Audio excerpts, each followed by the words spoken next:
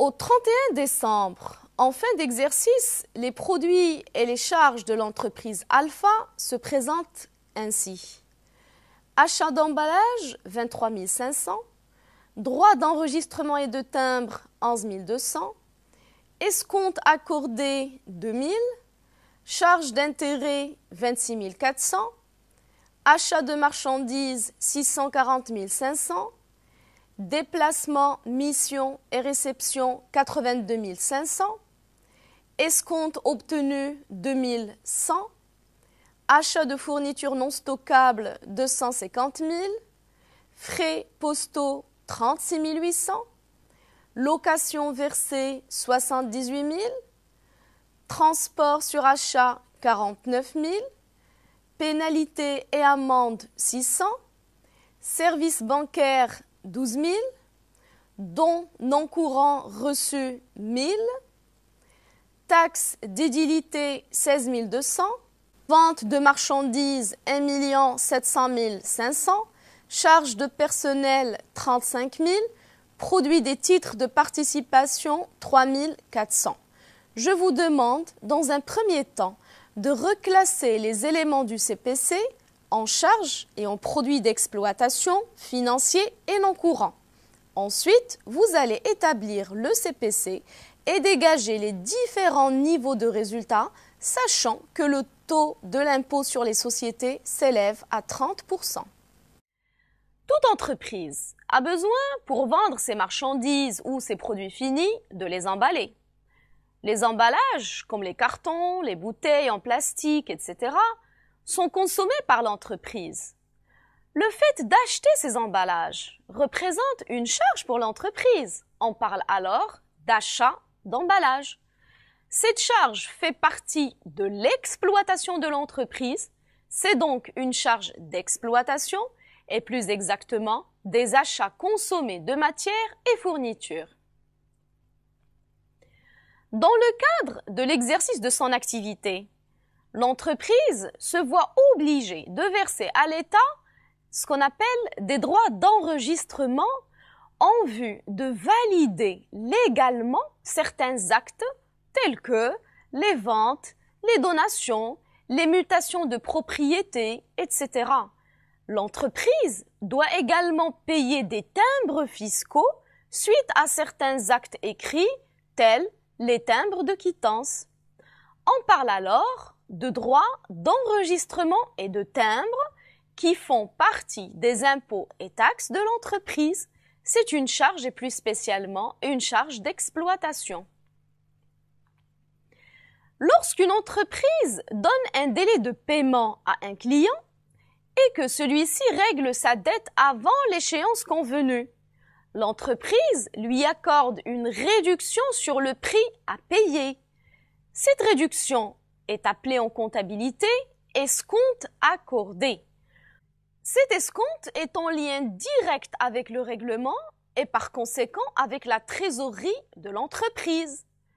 L'escompte accordé au client est considéré comme une charge pour l'entreprise car c'est une baisse de rentrée de trésorerie. C'est alors une charge financière ou autre charge financière. Comme leur nom l'indique, les charges d'intérêt représentent principalement les intérêts versés suite aux emprunts et dettes que possède l'entreprise envers certains organismes financiers comme les banques. Ce sont donc des charges financières. Les achats de marchandises, vous le savez, est une charge d'exploitation. Ils font partie de ce qu'on appelle les achats revendus de marchandises. Les salariés de l'entreprise, dans le cadre de leur travail, doivent se déplacer d'une ville à l'autre, partir en mission à l'étranger, etc. Ceci engendre des dépenses pour l'entreprise. Et ce genre de dépenses est dénommé déplacement, mission et réception et fait partie des charges d'exploitation de l'entreprise et plus exactement, comme je l'ai déjà expliqué, des autres charges externes. Les escomptes obtenus représentent l'inverse des escomptes accordés. Autrement dit, Lorsque le fournisseur de l'entreprise lui accorde un délai de paiement et que celle-ci règle sa dette avant l'échéance convenue, elle obtient auprès de lui une réduction sur le montant à payer, ce qui lui permet une baisse des sorties de trésorerie. Cet escompte est considéré comme un produit pour l'entreprise et donc un produit financier ou intérêts et autres produits financiers. Dans le cadre de l'exercice de son activité, l'entreprise consomme des éléments qu'elle ne peut stocker, comme l'eau, l'électricité, le gaz, les petites calculatrices, les pièces destinées à l'entretien de machines, la peinture, les papiers, les crayons, les imprimés, etc. Ce sont ce qu'on appelle des achats non stockés de matières et de fournitures. C'est une charge pour l'entreprise, et plus exactement, une charge d'exploitation ou achat consommé de matières et fournitures. Les frais postaux, comme vous pouvez le deviner, sont des charges relatives à tout ce qui est envoi du courrier par l'entreprise. On les appelle frais postaux et frais de télécommunication. Ce sont des charges d'exploitation ou, comme je l'ai déjà signalé, des autres charges externes. Une entreprise qui loue un local se doit de verser régulièrement un loyer. C'est une charge pour l'entreprise dénommée location et charges locatives, faisant partie des autres charges externes. Lorsqu'une entreprise achète des marchandises, elle se les fait livrer. Elle supporte alors une dépense relative au transport sur achat. Ce transport fait partie des charges d'exploitation ou autres charges externes. Les pénalités et amendes correspondent notamment aux sommes versées par l'entreprise suite à des procès-verbaux, à des contraventions, à des majorations ou à des intérêts de retard en cas de non-règlement de taxes et impôts à temps, par exemple. Ce sont des charges que l'entreprise n'a pas l'habitude de supporter. Il s'agit alors de charges non courantes.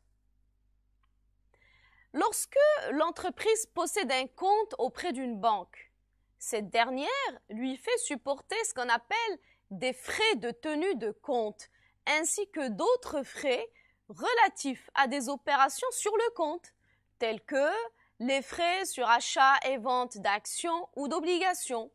C'est une charge d'exploitation pour l'entreprise. Cette charge fait partie des autres charges externes. Les dons non courants reçus représentent des dons en argent ou autres versés par des tiers au profit de l'entreprise. Ils représentent un produit et plus particulièrement un produit non courant. La taxe d'édilité est une taxe versée par l'entreprise et mise à la disposition des communes pour renforcer leurs actions d'entretien et de ramassage des ordures. Il s'agit d'une charge d'exploitation et donc d'impôts et taxes. Les ventes de marchandises sont appelées chiffre d'affaires, c'est-à-dire c'est le prix de vente multiplié par la quantité vendue pendant un exercice. Ces ventes génèrent des gains pour l'entreprise. Ce sont des produits et plus spécialement des produits d'exploitation. Les charges de personnel représentent principalement la rémunération du personnel ou salaire, ainsi que les charges sociales y relatives. On aura l'occasion de revoir ces éléments lorsqu'on traitera du module charges de personnel. Comme je l'ai déjà expliqué, les produits des titres de participation correspondent aux dividendes reçus sur les titres de participation que possède l'entreprise. Il s'agit d'un produit financier car en lien direct avec la trésorerie. De façon simplifiée, le CPC se présente alors comme suit. en supposant que le résultat avant impôt correspond au résultat fiscal de l'entreprise.